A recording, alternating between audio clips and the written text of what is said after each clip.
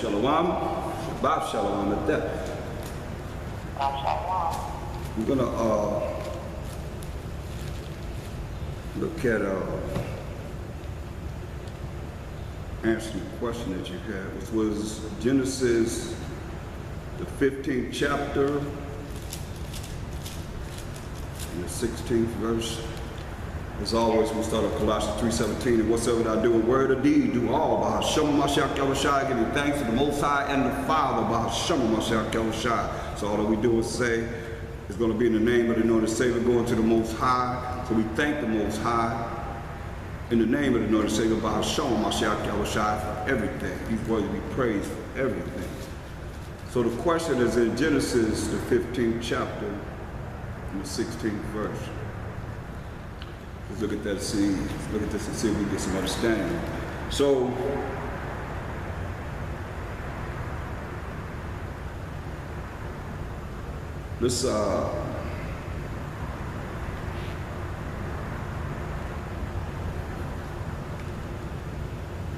let's go up from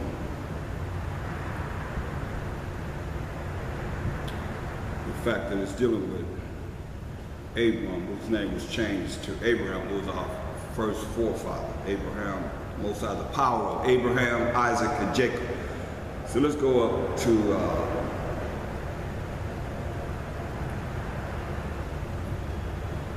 we can look at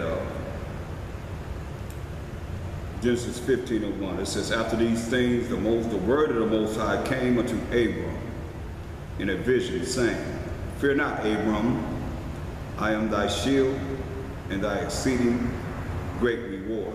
And Abram said, Elohim, what wilt thou give me, seeing I go childless, and the steward of my house is this Eliezer of Damascus?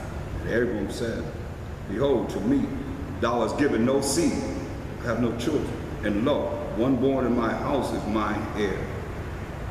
And behold, the word of the Most High came unto him, saying, this shall not be thine heir, meaning the one that inherited the inheritance from the Father. But he that shall come forth out of thy own bowels shall be thine heir. The one that comes from his own loins, from his own body, shall be the heir, the Most High said. So, and he brought him forth abroad and said, look now toward heaven and tell the stars, if thou be able to number them. And he said unto him, so shall thy seed be. So look at the stars, look at the sky, look at the stars. See if you can number the stars. See, that's how plentiful Abraham's seed would be. And he believed in the Most High, while Mashiach Yahushua, and he counted it to him for righteousness. And he said unto him, I am the Most High that brought thee out of Ur of the Chaldeans to give thee this land to inherit it. And he said, Most High, whereby shall I know that I shall inherit it? He asked him a question, how do I know I'm going to inherit this land? And he said unto him, take me an heifer of 3 years old, and a she-goat of 3 years old, and a ram of 3 years old, and a turtle dove, and a young pigeon. And he took unto him all these, and divided them in the midst, and laid each piece one against another, but the birds divided he not. And when the fowls came down upon the carcasses, Abram drove them away. You know, the buzzards came down upon these carcasses, he drove them away. And when the sun was going down, a deep sleep fell upon Abram, and lo, and horror of great darkness fell upon him when he went to sleep. A horror of great darkness fell upon him. And he said unto Abram, know of a surety that thy seed, your lineage, your children, shall be a stranger in a land that is not theirs, and shall serve them. And they shall afflict them 400 years. And also that nation whom they shall serve will I judge, and afterwards shall they come out with great substance. And thou shalt go to thy fathers in peace. Thou shalt be buried in a good old age. But in the fourth generation they shall come hither again, for the iniquity of the Amorites is not yet full. And that's the question, verse 16. But in the fourth generation they shall come hither again, for the iniquity of the Amorites is not yet full. Now let's look at this, because you got to understand these Amorites. The iniquity of the Amorites is not yet full. In the fourth generation, we're going to come out. So we look at, first and foremost, Exodus 12, go to Exodus 12 chapter. And 40. Now the sojourning of the children of Israel who dwelt in Egypt was 430 years. So we dwelt in Egypt 430 years, and it came to pass at the end of the 430 years, even the self-same day it came to pass that all the hosts of the Most High went out from the land of Egypt. We came out of Egypt.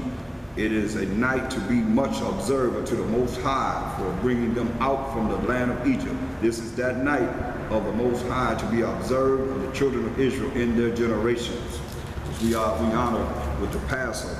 Now, you got to look at, I was saying that when we look into what it says, but in the fourth generation they shall come hither again, for the iniquity of the Amorites is not yet full.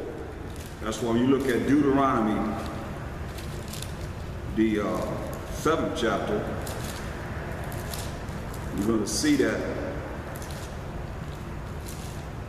while the Most High said that the iniquity, the wickedness of the Amorites is not yet full. When you look at Deuteronomy 7:1, it says, when the Most High thy power shall bring thee into the land whither thou goest to possess it, I mean coming out of the Egyptian captivity, into the land that the Most High going to give us, and hath cast out many nations before thee. Listen at these nations: the Hittites, and the Girgashites, and the Amorites. There they are right there.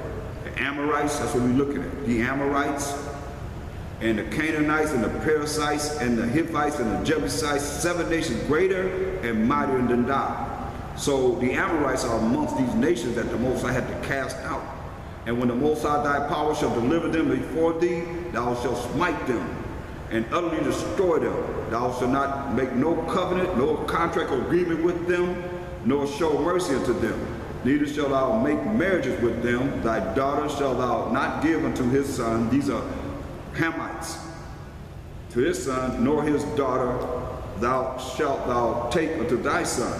For they will turn away thy son from following me, that they may serve other idols. And you know that these nations were dealing with other gods or other idols. So will the anger of the Most High be kindled against you and destroy thee suddenly. But thus shalt thou deal with them.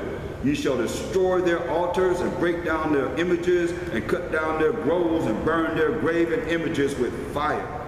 For thou art an holy people unto the Most High thy power. The Most High thy power hath chosen thee to be a special people unto himself, above all people that are upon the face of the earth. So that's why it says the iniquity of these Hamites had not been fulfilled. In that fourth generation, we came out of Egypt, like I said, on that day of the 430th year, we came out from amongst these Hamites that he just named, and this is when we came out. This is when he's bringing them down. He casted them down to the ground. He's tearing them up. The Most High said he cast them out from before us.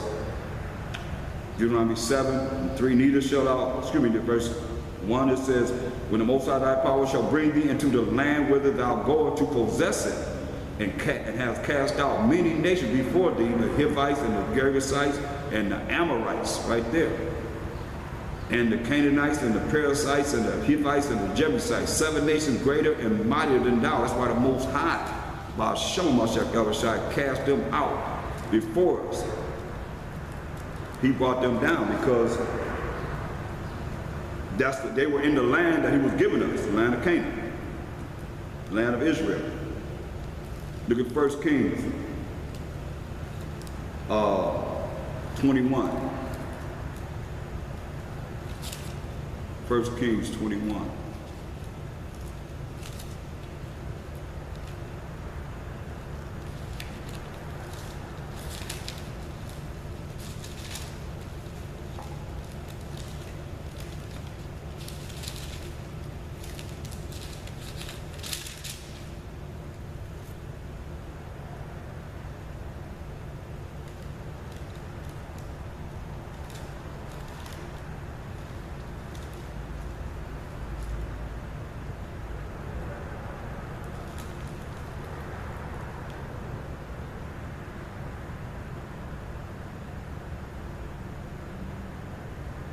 This is concerning King Ahab in 1 Kings 21 and to start at 25.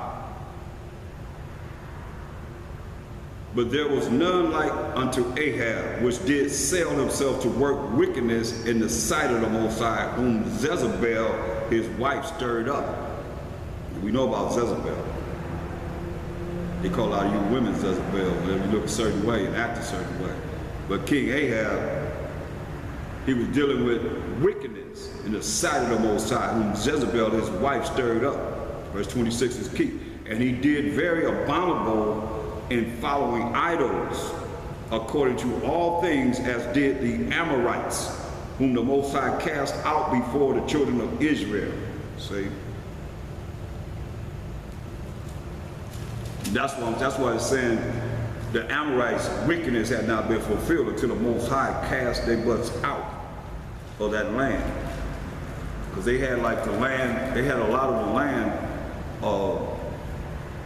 that the Most High cast them out and put the children of Israel there. Just like Ruth, that's where she came. Her lineage came as an Israelite from the land that the Amorites had. So that's why I said when you know where they were at, you look at all these lands that these nations had, they were dealing with idolatry. A lot of idolatry, which is contrary to the word of the Most High. Anything that's contrary to the word of the Most High is idolatry. And that's what they were dealing with. That's why the Most High had to cast them out of the land. And that's why he said, you got to burn down their altars and everything that they were dealing with so that you keep wickedness from Israel.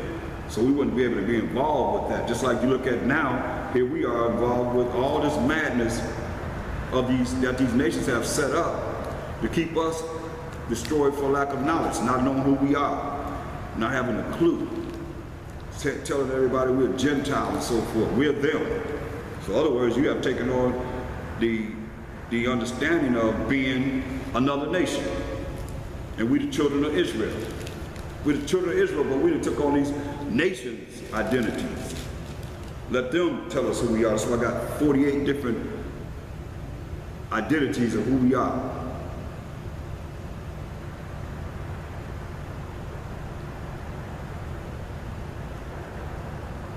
Wickedness in high places amongst us, we the children of Israel. Sad to say, but it's real, people. And that's what we're looking at as we look at that fulfillment was when the Most High destroyed their butts. And he gave us their land that they were living in. That's what it's talking about, as far as their iniquity being fulfilled. That's why, you know, we were taking on, like you see, King Ahab was taking on the wickedness of who the Most High said, destroy, get rid of these people. Get rid of everything that they believed in.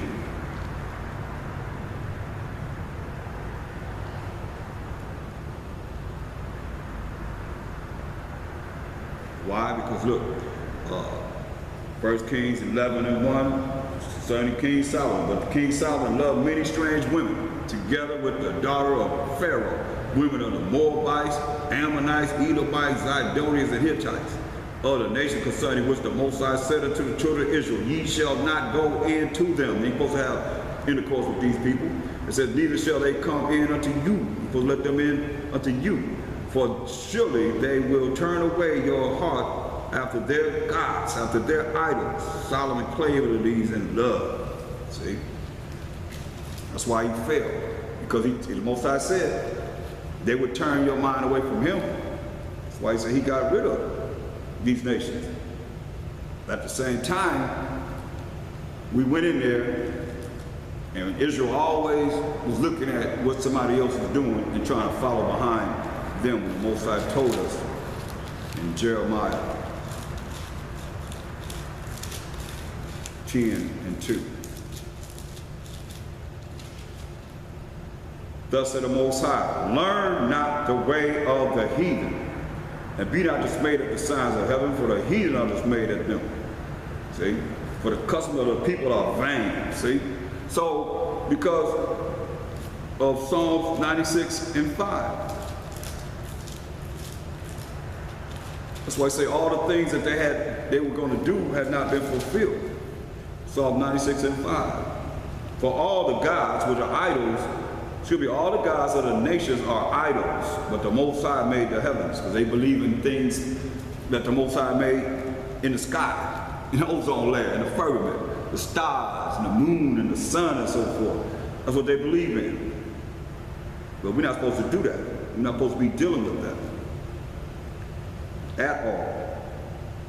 Because we have a power, a Most High power of Abraham, Isaac, and Jacob we're supposed to follow. That's why I said till the most, because see, you're looking at, he's prophesying in Genesis, the 15th chapter. It's a prophecy. And we went into Egypt and we were there. Just like right now, we might think that we're free because they say we are free, but we're not really free. We're still in bondage under our enemies. That's why you look at everybody else besides we, the children of Israel, primarily Negroid, Indian, Latino descent, but coming from the waters of Judah, mainly concerning Negroid descent. Well, let me get that so you don't think I'm just talking out the side of my neck, because it's very important. Y'all don't want to be from Negroid descent. That's what the Most High said.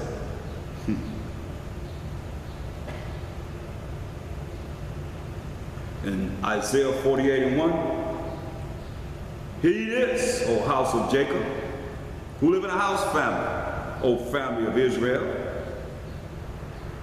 which are called by the name of Israel, Yasharallah, and are come forth out of the waters of Judah.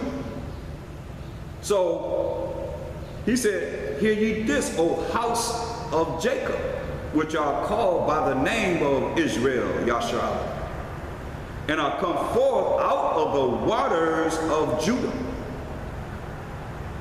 which swear by the name of the Most High, and make mention of the power of Israel, but not in truth, nor in righteousness.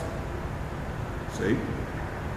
And that's why my point here is the fact that all 12 tribes come from, as it is written, the waters of Judah. So it's very, and that's Jacob's fourth-born son. So it's really have to be clear on this matter, because if you don't want to come out of Judah, you're not Israel. That's what it just said. Come from the waters, and the waters is the sperm, the life force that brings forth life. The waters is hip talk. But you know about sperm is wet, is watery. That's what it's talking about, the life force that comes from a man to bring forth life on this earth. That's why it says clearly, Hebrews 7:14. For it is evident, it's a fact, that our power of Mashiach Yahushua sprang out of Judah, of which tribe Moses spake nothing concerning priesthood. Because Judah is the head tribe through Mashiach Yahushua that's bringing the 12 tribes of Israel back together. So now, for all you New Testament